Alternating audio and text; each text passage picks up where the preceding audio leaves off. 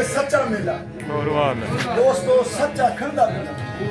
अल्लाह ताला जिस इंसान पे कर्म करना चाहता और जिसने पहले कर्म किया उसके करीब कर देता है, उसकी बदौलत उन पे भी कर्म होने लग जाता है। बयान करने वाला जितना हसीन होता है उसका मुशाहिदा भी उतना ही बुलंद होता है।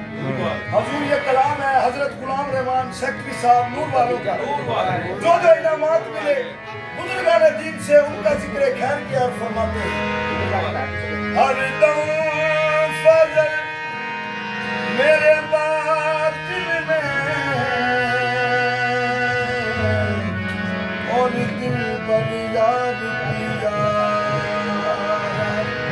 हरदम फजल मेरे आहे बातिन में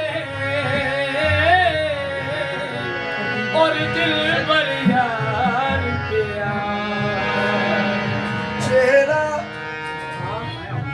माहिदा चेहरा लाल गुलाब चमन का और आंख फलक का तारा, तेरे पाक कदम की मट्टी और छू कर वक्त हुआ।